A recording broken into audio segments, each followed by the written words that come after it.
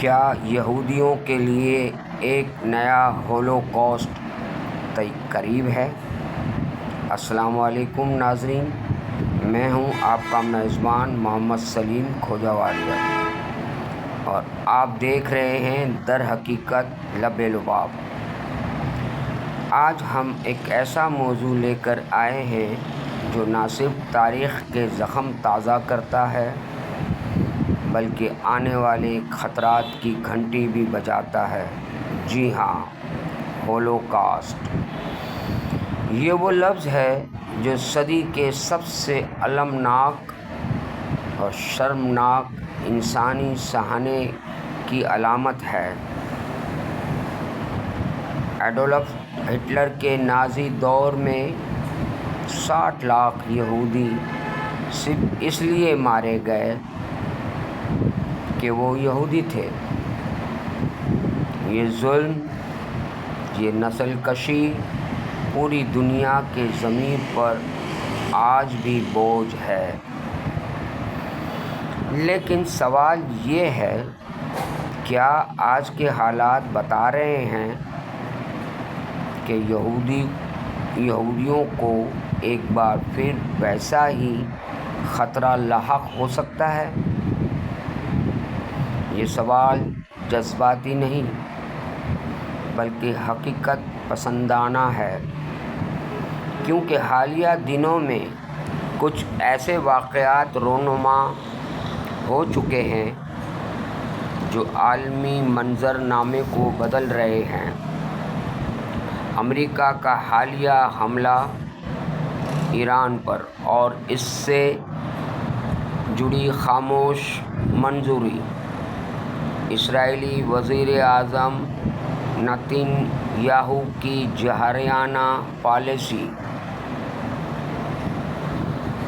Donald Trump کی دوبارہ سیاسی طاقت میں واپسی، یہ سب مل کر ایک ایسا بیانیہ بنا رہے ہیں جہاں دنیا بھر میں یہودیوں کے خلاف نفرت، مزاحمت اور اشتعال دوبارہ جنم لیتا دکھائی دیتا ہے۔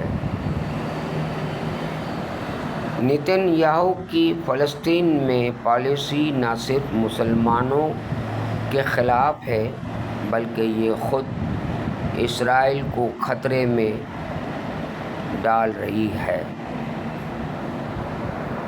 ایران، حزب اللہ، یمن اور ترکی جیسے ممالک اب کھل کر اسرائیل کو للکار رہے ہیں۔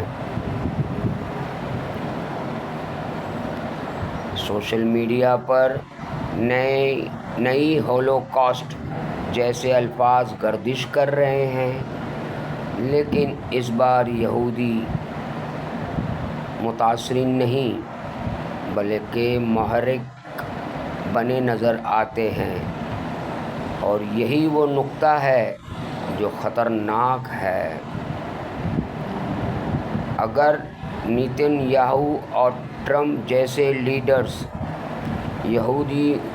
یہودیوں کی سلامتی کے نام پر جنگ چھیڑتے رہے تو ایک دن ایسا آ سکتا ہے جب دنیا کے مختلف خطوں میں موجود یہودی کمیونٹیز خود نشانہ بنیں۔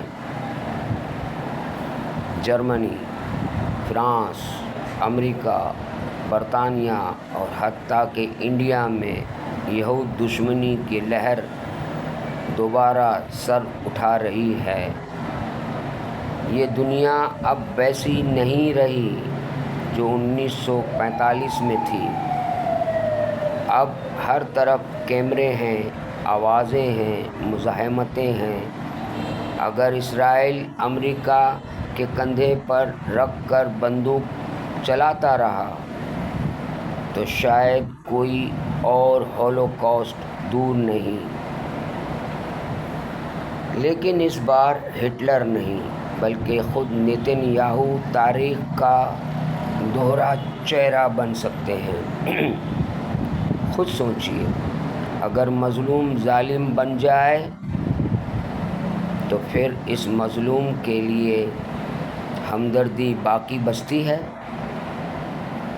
یا سزا آتی ہے؟